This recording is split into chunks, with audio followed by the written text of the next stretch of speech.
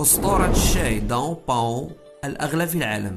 في الصين كاين واحد الشاي مقدس. هاد الشاي كاين في الأشجار ديال الجبل أوي، اللي على حسب الأسطورة فهو شاف واحد الامرأة اللي هي الأم ديال الإمبراطور. باش يشكر الإمبراطور الأشجار فهو دار عليهم واحد اللحاف أحمر، ومن هنا جات داك الاسم ديال داو باو.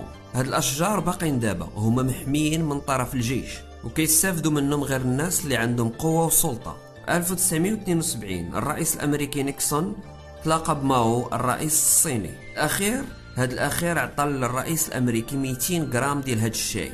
الرئيس الامريكي تفاجأ من ان الكميه صغيره، ولكن غيكتشف من بعد انها نصف الانتاج ديال هذيك السنه. الانتاج تحبس في 2005، واخر كميه تنتجات فتباعت ب1,000,007 درهم ل 20 غرام فقط. كيتعتبر احسن شاي في العالم، ملك الشاي. للاسف ما نقدروش ندوقوه لانه ما بقاش